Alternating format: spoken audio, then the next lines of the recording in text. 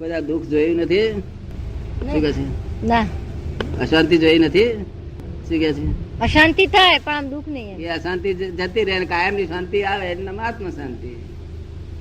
કાયમ ની શાંતિ શાંતિ જાય નહીં, કાયમ ની શાંતિ આવે એમ આત્મ શાંતિ. સમજ ને? ક્યારે થાય? એ ક્યારે થાય? એ ક્યારે થાય?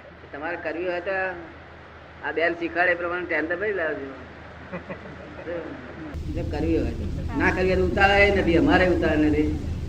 તાર ઉતાવળ નથી ને? ઉતાર છે તમારે છે ને? હારું ઉતાવળ છે.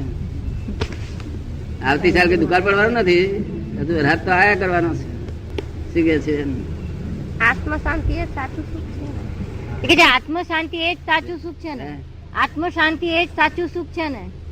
ના થાય, ડિપ્રેશન ના આવે, એલિવેટ ના થાય, ડિપ્રેશન ના થાય. સમજ ને?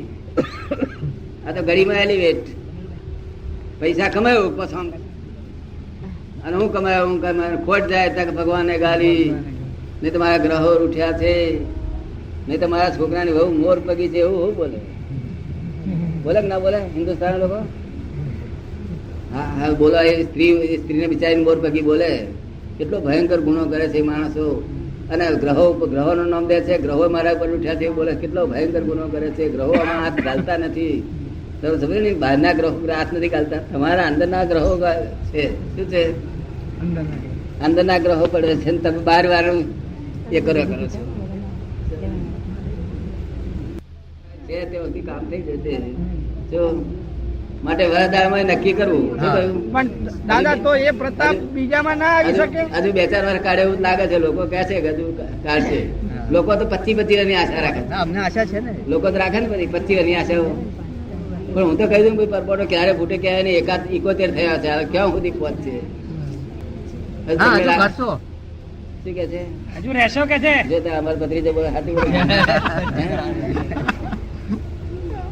બધા ભત્રીજા એવું બોલે છે હજુ 25 વાર રહેશો કે છે. અલા 71 ને 25 96 પહોંચ્યા. 100 પૂરા કરવા પડશે ને. 100 પૂરા કરવા પડશે કે છે? અમારે વાંધો નથી, અમારે કોઈ જાતનો વાંધો નથી. અમારે એવું નથી કે છે કોઈ એવો પછી તમારા પછી કે છે કોઈ એવો પ્રતાપ કોઈને મુકતા જશો ને કે છે એવો? થશે ખરું, એવું થશે. થોડો વખત ચાલશે, 500 વર્ષ ચાલશે. એવી વ્યવસ્થા હોવી જોઈએ. 500 વર્ષ ચાલશે. આપડે વરસદાડા પછી આજ લખી લેજો. આજ તારીખ કઈ તારીખ થઈ એટલે વરસદાડા પછી નક્કી કરવાનું, ત્યાં સુધીમાં કામ કરી લેવાનું. ખબર ને? ઉતાવળ નથી. કે ધર્મ પ્રત્યે માણસને આકર્ષણ થતું નથી, પછી પાછું થોડુંક વખત થાય, પછી થોડીક વખત પાછું છોડી દે, પાછો ધર્મ તરફ જાય. એવું કેમ થાય છે? એવું છે ને? એકલું આકર્ષણ નથી આ જગતમાં. આકર્ષણ ને વિકર્ષણ બેવ છે. જો આ દ્વંદ્વ રૂપ છે, આ જગત જ દ્વંદ્વ રૂપ છે. એકલું આકર્ષણ ના હોય, વિકર્ષણ હોય. વિકર્ષણ ના હોય ફરી આકર્ષણ થાય જ નહીં. તો છે ને? અને એકલું આકર્ષણ હોય તો કંટાળી જાય બધા. કંટાળી જાય ને કંટાળી જાય. એકલું જ આકર્ષણ હોય તો ધર્મનું કંટાળી જાય. ખબર પડે ને? કારણ કે આ જગતમાં સંસારમાં જે ચાલે છે ધર્મ એ યથાર્થ ધર્મ નથી, ભ્રાંતિ ધર્મ છે. શું છે? પણ એ જરૂર નો છે, એનો અર્થ એવો થયો ને. હે? એ જરૂર નો છે એવો થયો ને એનો અર્થ. શું છે? પણ એ જરૂર નો છે એવો અર્થ થયો ને. આ જરૂર નો છે ડેવલપ થવા માટે. ડેવલપ થવા માટે ખંડાઈ ખંડાઈ ખંડાઈ ખંડાઈ ખંડાઈ પછી થવાનું છે. ખંડાઈ ખંડાઈ ખંડાઈ દળાઈ પીસાઈ અને બુદ્ધિ વધે. જેમ જેમ બુદ્ધિ વધે એમ બળાપો વધતો જાય. શું થાય? જેટલું આ તાજો જેટલી બુદ્ધિ વધી એટલું આ બાજુ બળાપો વધતો જાય. તમને સમજાયું? બુદ્ધિ ઓછી વાર નો ઓછો બળાપો હોય. ઘરમાં સ્ત્રીઓ બહુ બળાપો હોય છે. તો પછી શુદ્ધાત્માની સમજણ વાળાને બુદ્ધિ વધારે હોય કે ઓછી હોય? આપનારને ભોગવવું તો પડશે જ ને. પછી એ ભોગવે તે દાડે નહીં ભૂલી. આજે તમારી ભૂલ પકડાઈ. આ સાયન્સ છે, આખું વિજ્ઞાન છે. આમાં એક અક્ષરે ભૂલ નથી. વિજ્ઞાન એટલે તદ્દન વિજ્ઞાન જ છે. આ તો આખા વર્લ્ડ માટે છે. આ કઈ અમુક ઇન્ડિયા માટે એવું નથી, ફોરેન બધા માટે છે. આ શું કરવું જોઈએ? ભગવાનના સાનિધ્યમાં અખંડ વૃત્તિ રાખવા માટે શું કરવું? કોણ પૂછે છે? આ ભાઈનો છે. ભગવાનના સાનિધ્યમાં અખંડ વૃત્તિ પેલું ભગવાનને ઓળખવા જય જય કરો દે. બેટા. જય જય કરો. ભગવાનને ઓળખીએ તો સાનિધ્યમાં રહેવાય. ઓળખાણ કરવું જોઈએ ને. અત્યારે તો ભગવાનને ઓળખ્યા નથી. આ તો પરોક્ષ ભક્તિ છે. કેવી છે? પરોક્ષ. પરોક્ષ ભક્તિમાં વૃત્તિઓ તન્માયાકાર રહે નહીં, પ્રત્યક્ષ ભક્તિમાં તન્માયાકાર રહે. પ્રત્યક્ષ ભક્તિ થાય તારે. પ્રત્યક્ષ ભક્તિ કરવી છે. એ આપણું અનુસંધાન ભગવાનમાં આપણું અનુસંધાન જળવાઈ રહે એ માટે આપણે શું કરવું જોઈએ? ભગવાનમાં આપણું અનુસંધાન જળવાઈ રહે હા. તેને માટે શું કરવું જોઈએ? પ્રત્યક્ષ ને ઓળખાણ થાય વગર ના થાય. પરોક્ષ પર ક્યાં સુધી તમે પરોક્ષ એટલે કલ્પિત.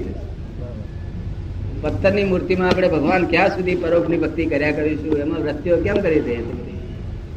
તમે સમજ પડી ને? 12 જોડા મૂક્યા હોય અને ભગવાન દર્શન કરી વગર લઈ જાય એટલે પછી ભગવાન પર શ્રદ્ધા છે નહીં રહેતી. તો એવા પ્રકારની વૃત્તિ કેળવવા માટે મનુષ્ય કયો માર્ગ અપનાવવો જોઈએ? તો મહાત્મા લોકોનું એમાં એવા પ્રકારની એના માટે શું એમ કે આપણને માર્ગદર્શન છે? એવા પ્રકારની એવા પ્રકારની આ પ્રકારે શું? એવા પ્રકારની વૃત્તિ કેળવવા માટે માણસે શું કરવું જોઈએ? કેવી રીતે માર્ગદર્શન લેવું જોઈએ?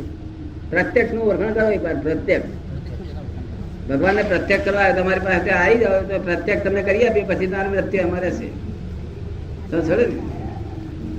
સંસારમાં વૃત્તિ નહીં રાખી. સંસારમાં રહેતા તો સંસારમાંથી વૃત્તિ ધીરે ધીરે ઓછી કરીને આપણે એ માર્ગ તરફ જવું હોય તો શું કરવું જોઈએ? સંસારમાંથી ધીમે ધીમે વૃત્તિ ઓછી કરીને એ માર્ગ તરફ જવું હોય તો શું કરવાનું? તો ભગત થઈ જવું જોઈએ. પણ એ થવું સહેલું નથી ને. કોણ કે છે એવું ભગત થવું સહેલું નથી? ના, ભગત કોને કહેવાય? કે ઘેર થી બહાર નીકળ્યો હોય, ઘેર એમ કહ્યું હોય કે હમણાં શાક લઈને આવ્યો, તાર ભાઈ કે છે આ બાબાને ફી હાલતા જાઓ એકવાર, તમારું ઠેકોણ નહીં પાછું. તમારું ઠેકોણ નહીં, બાબાને ફી હાલતા જાઓ, હમણાં 11 વાગે જવાનું છે રે. તાક ના, શાક લઈને આવ્યો, હોની નોટ બતાવીને આવું છું અને આ શાક લઈને આવું છું, પછી બાબાને ફી હાલું, છૂટા છે નહીં. સમજ પડી ને? તાર પેલી ભાઈ કે તમારું ઠેકોણ નહીં, તમારી પાસે ઠેકોણ 12 વાગે આવો કે જો. તાર પેલો ના, આ તો હું નહીં ચૂકું, કારણ કે બાબાને ફી હાલવાની છે અને શાક હજુ કરીશું તો બાબો ખાઈ દેશે ને કે છે. એટલે પેલી ભાઈને કે તું લોહડી મૂક ઉપર, ઘરે મૂક એની પર, ત્યાં સુધી હું લઈને આવ્યો કે છે. પેલી કઢાઈ મૂકી, ઉપર તેલ મુકાયું અને પેલા ગયા શાક લેવા. તે પોઈને નાખે જ હતું શાક. આ શાક લેવા ગયા તો આગળ એક ભગત મળ્યો. અરે અરે અરે અરે ભક્તિ છે, તું આજ આવ્યો નહીં, તું હે ક્યાં છે ભૂલી ગયું બધું વાત. અરે રાત ત્યાં બપોર 2 વાગે આવ્યો. જોયું ને?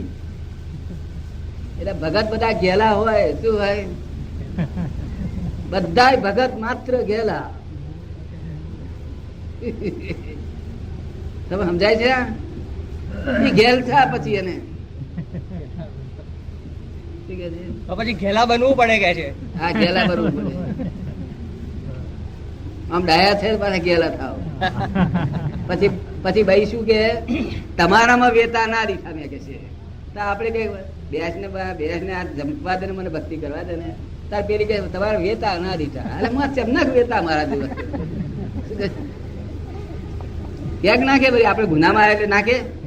આપણે ગુનામાં આવે ક્યાંક નાખે. આપણે ધણી પણ ક્યાં હોતી રે? આપણે ગુનામ ના આવીએ ત્યાં હોતી.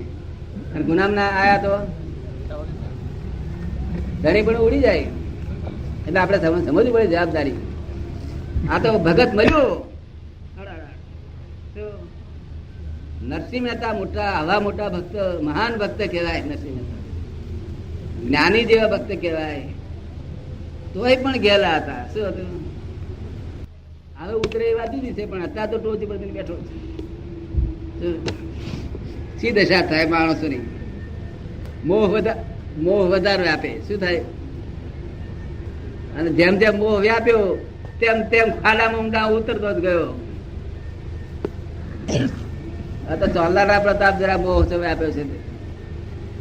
આ ચોલ્લો છે એના પ્રતાપે મોહ ઓછો વ્યાપ્યો છે સમજ પડી? નહીં તો મોહ પૂરેપૂરો વ્યાપી જાય, સ્વાગતમ થી પહેરી જાય. આ તો એવું છે ને કે કઈક બંધારણમાં આયા. શેમાં આયા? હા.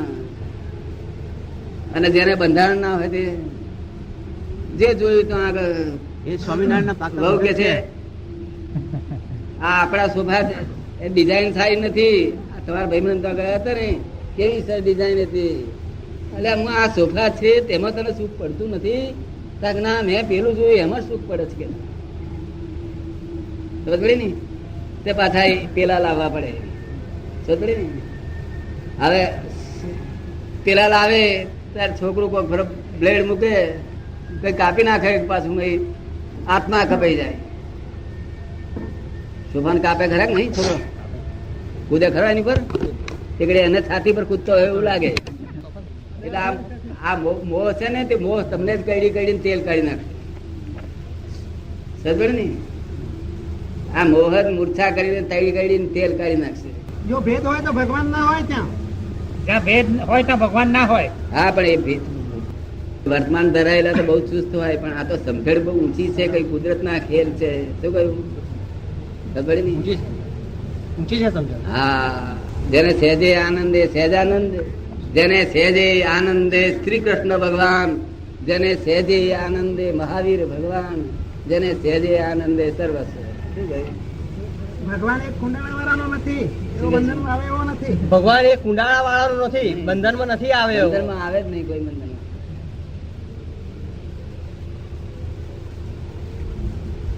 અમારે અહીં પક્ષપાત જ ના હોય ને. ભગવાન છે.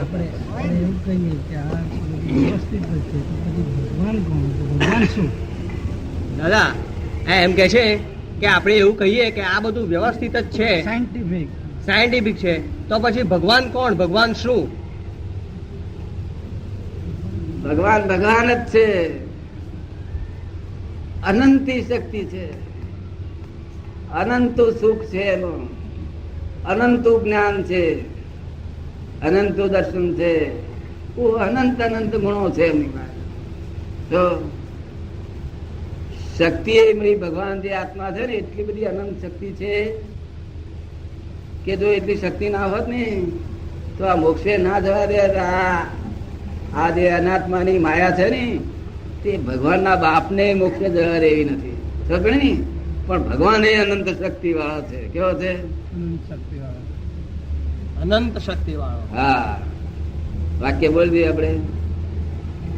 મોક્ષે જતા વિઘ્નો, મોક્ષે જતા વિઘ્નો અનેક પ્રકારના હોવાથી તેની સામે હું અનંત શક્તિ વાળો છું. શું કે છે? તમે સમજ ને? નહીં તો આ વિઘ્નો, આ માયાનો વિઘ્નો મારી મારીને તેલ કાઢી નાખે. આગે મારે સિંગડા, પીછે મારે લાત. માયા માથે સિંગડા, લંબા 9 9 8. કેટલા લંબા?